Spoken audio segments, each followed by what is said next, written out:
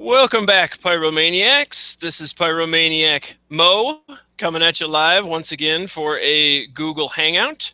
I wanted to thank you last time. We created it, my podcast, we created it into a podcast with David T. Thomas. That was an excellent conversation in fantasy football chat. Today, I've got a real treat for you. I've got Carlif Taylor, who is one of the newest New York Giants. Carlif, welcome. Hey, what's going on, brothers? Happy to be here. Thank you again for the opportunity.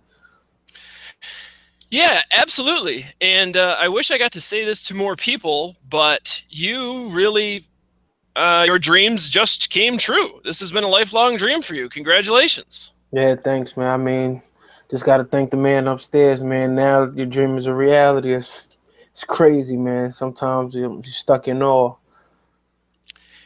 And Carly, if people know that they can follow me on Twitter at PyromaniacMo, how can fans get a hold of you on Twitter, or is there any other way they can contact you? Yeah, my Twitter is Carlif Taylor 97. The number, and that's CarlifTaylor 97. And my Facebook is the same. All right, so I'm sure we'll have a lot of Pyromaniac fans reaching out to you, and certainly New York fans. You are a hometown New Yorker, right? Yep, hometown, man. I mean, it doesn't get no better than that, man. It was either this or the Knicks, but it don't get much hometown than this. Well, Carly, take me through draft day. What were you doing on draft day when all that took place? I mean, draft day, I was supposed to be with my agent. And he had a draft war room, and I was supposed to be in there just watching him work and see what's going on and just staying by my phone. But I mean, at that time, I decided to spend some time with my family, because I know after the process, I mean, you're really not able to be home as much and get to see the people that you love as much. So I really just spend most of the time home, kind of like doing my own homework, seeing where each player is going, and trying to basically maneuver and find out like what's the best opportunity for me if undrafted. Yeah, so for the fans, you went undrafted. So basically the 39th pick of the 7th round, Gerald Christensen comes around, he gets picked. In other words, your name didn't get called. What were you feeling like right at that time? I mean, it was just like, I mean, it's a part of the game. I mean, you have to believe in yourself, and you have to be confident in yourself, and know that, I mean, you have to realize, I mean, I'm a firm believer that everything happens for a reason. I mean, I'll be lying if I said I wasn't hurt. And I mean, the process is just like, I respect anybody who ever been through it. The process is not easy, especially being a young adult and just, I mean, giving it your all. Everybody gives it their all. So, I mean, it's tough mentally, but basically my battle was just trying to keep my faith in order and try to make sure I stay in shape, because I knew that call was going to come sooner or later. Well, you didn't have to long. How long was it before the Giants contacted you? When did you hear from them? The day after the draft. But that was the longest 24 hours of my life, brother. The longest 24 hours. What were you doing for those 24 hours? Were you just getting back up on the saddle, training? Were you mulling it over, talking to your agent? What were you doing for those 24 hours? I mean, I spoke to my agent. He spoke to me that night. He was like, because I mean, being that, like I said, it's a new process for everybody coming up, and he's basically saying things like this happen. He was letting me know that there's certain people that might get a call to a camp the day before camp, and so basically just kind of just let him do what he does. And I mean, one of my worst attributes is patience. So I mean, I was really just trying to see what's up on my own, try to do my own homework, and at the same time, I always try to keep in shape and just see where's everybody going. Then I'm starting to look at depth charts and what will be the best option for me. And I definitely was always just thinking Giants. And then I got that email from Chris Pettit, which is the scout for the Giants, the same person that vouched for Victor Cruz, and it was just like awesome. All right, so take me to that moment. You've been sort of mulling around, bumming for 24 hours. Then all of a sudden you open up your email. And what was that moment like? Yeah, it's crazy. I mean, I rarely check my email on a consistent basis, but I just checked my email one time, and I was 4 minutes late, and I got a email from the New York Giants, and it's basically Chris Pettis saying, did anybody pick you up yet? And I was basically telling him no, but I would love to play for you guys. And he was like, well, what I can do is offer you a tryout for our rookie mini camp. And I was like, man, I was like, I'm down. I said, I'm ready. And then he basically called me, and then we sealed it in. And then I knew just me waiting that long enough. I was in my bed, and I just made a life oath to myself. I was like, if this opportunity comes, I will not let it lose. I would not let it go.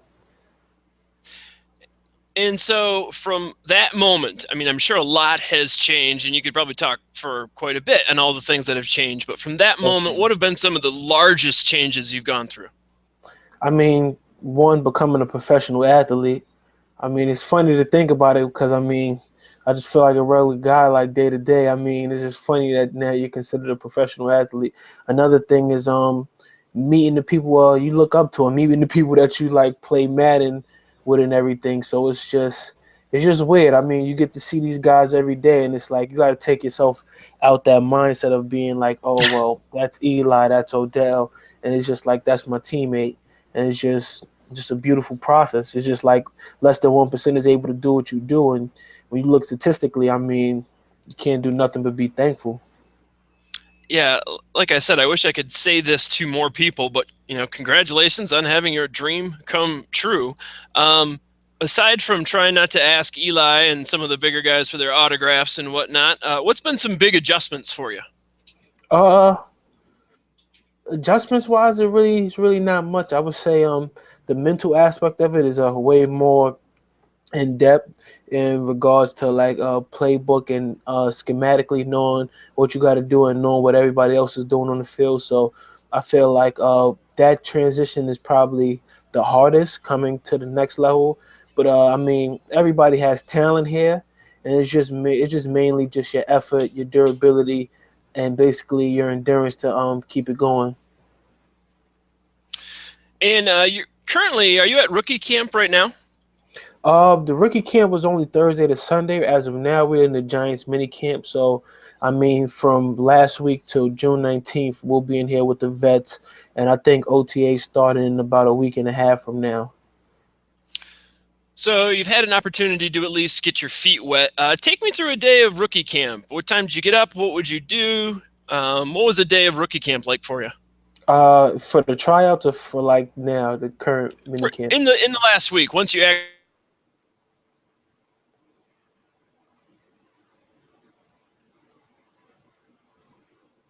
Hello?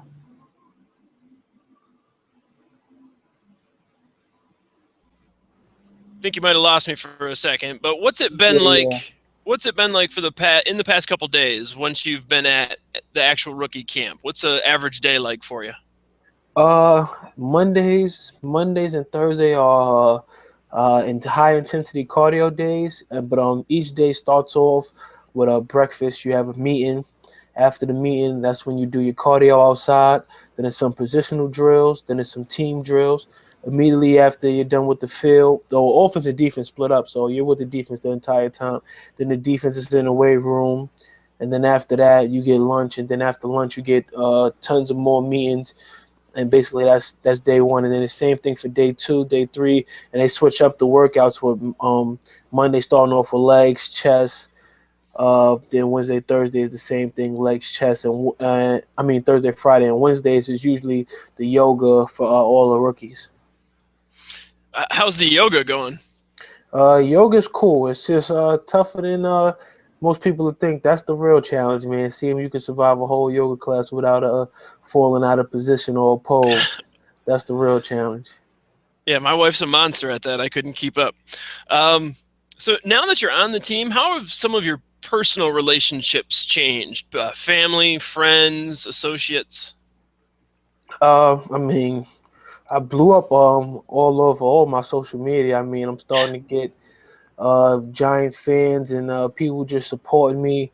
And being that I'm from New York, my high school support me, my college support me because it's in Connecticut. So like, I'm definitely saying like before I even played a down, like I'm definitely having like a strong fan base and strong encouragement and an upbringing like behind me. So that's the biggest change, is having a lot of people support me and basically look me up and just kind of just are like into me. It's basically just following me. I just have a strong following now.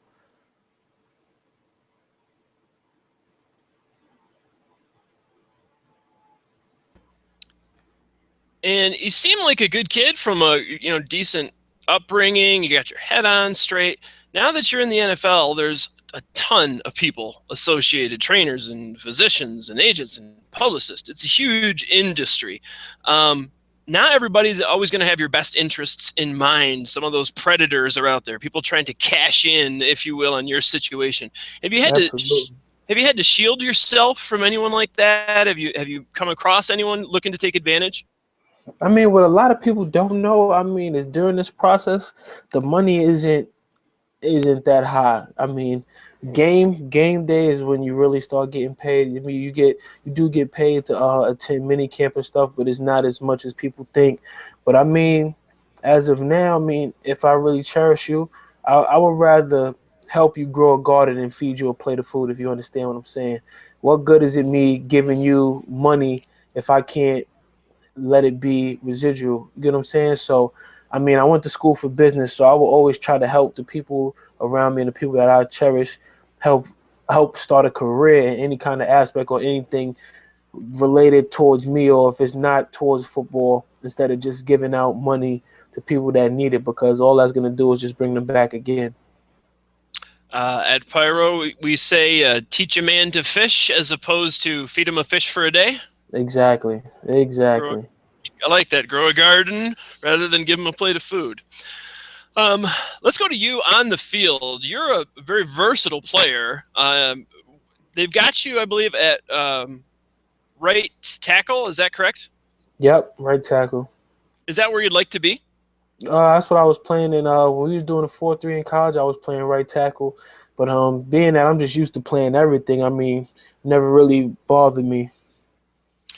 What do you think your biggest attributes are as a defensive lineman?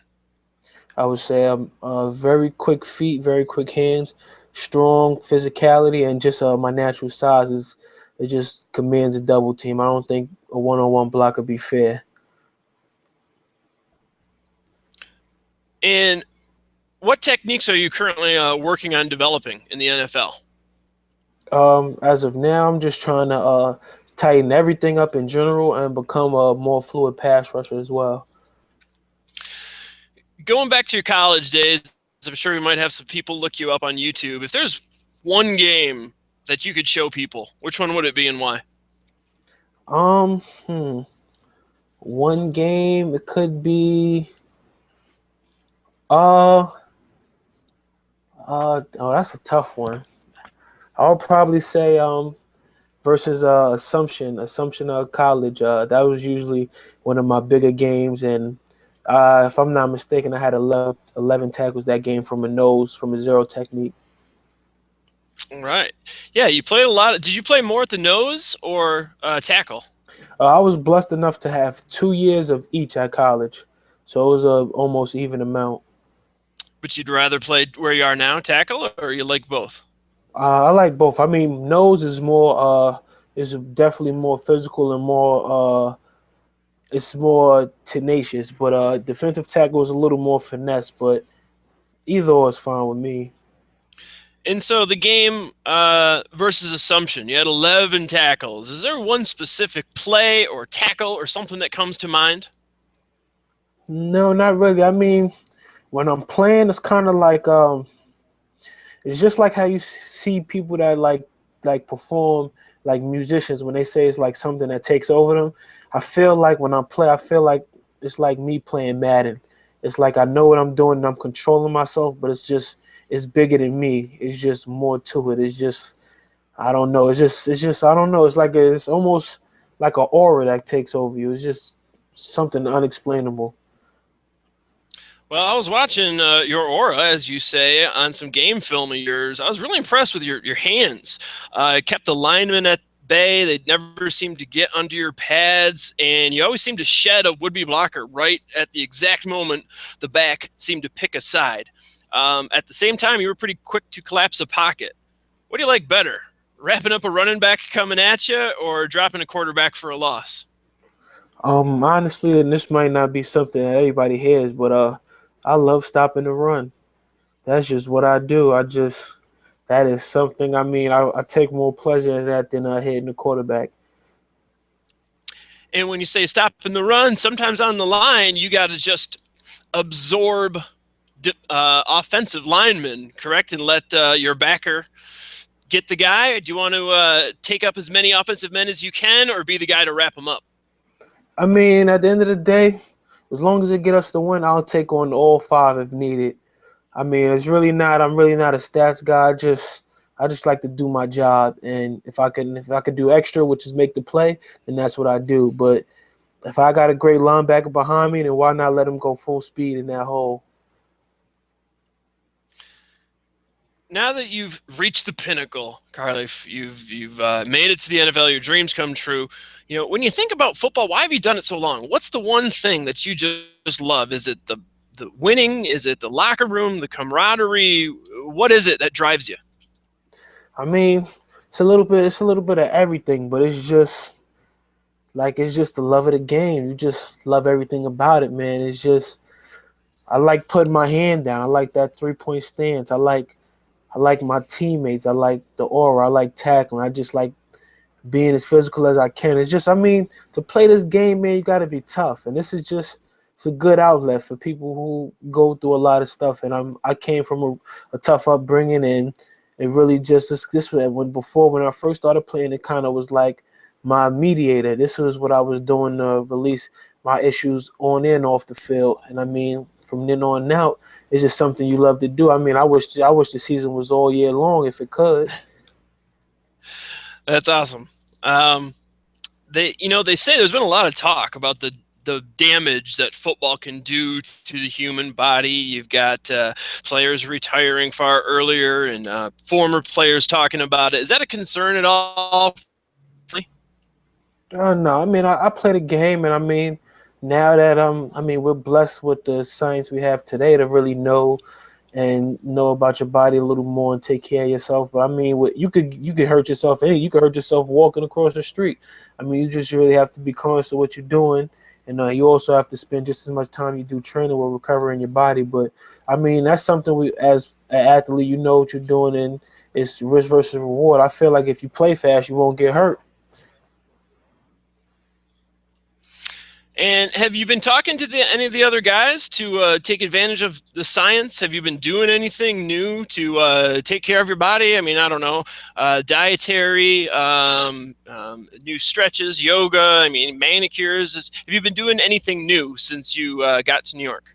I mean, the between having us doing yoga once a week was a real. I feel like that'd be a real good thing for the body. I mean, we have access to top-notch trainers and hot tub, cold tub, steam room, saunas. So it's a lot of things we could take full advantage of. And if any kind of kinks and things we have, there's just people you could talk to that are elite at what they do, who can always help you. So I mean, between that and just speaking to the older vets and stuff in the locker room, I mean, the world is yours. I feel like it almost feels like a cheat code because me coming from a smaller school, I'm not really used to this kind of treatment. So it's just like it's really amazing. Carlif, I really appreciate the time. Once again, he is Carlif Taylor. He can be found on Twitter at CarlifTaylor97. I got one last question for you, Carlif. No problem. What has football given you? Are you a better person because you play football? Absolutely. Football gave me everything. It gave me a discipline, integrity, pride. It gave me leadership skills. I mean, it really just teaches you how to be a man. It teaches you how to be a team player, and it teaches you how to fight for what you believe in and fight for others at the same time, because it's not one man that makes the team. It's 11 people that's on that field, and it's not a selfish act. You can't do what you want to do on that field. You have to do your job and let the other person do their job, and that's how things work.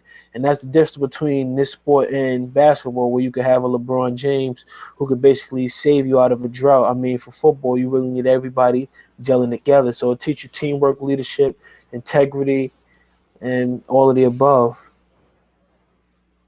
Well, Carlif, you keep doing your job, and we will look for you out on the field in a Giants uniform on Sunday. Thank you, brother. Thank you.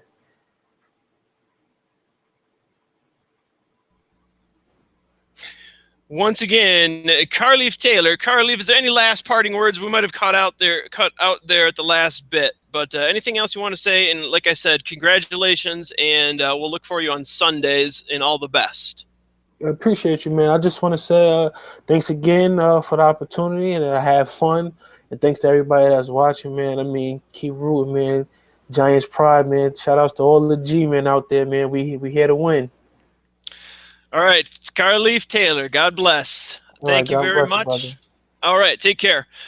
Ladies and gentlemen, that was Carlif Taylor, one of the newest New York Giants. We'll be pulling for him. Hopefully we can see him on the field come Sunday. I'm sure we can even check back in with him and see how training camp is progressing. As always, this has been a Football Talk. I'm PyromaniacMo. You can follow me at PyromaniacMo on Twitter. That's PyromaniacMo. Our main Twitter feed is PYROMAN, the number 1AC.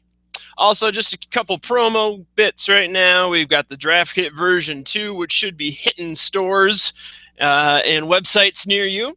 That's 22 tabs of fantasy goo, and we update that all the way right up until the season starts. And the cool thing about it is you can use it pre-draft and in season as well.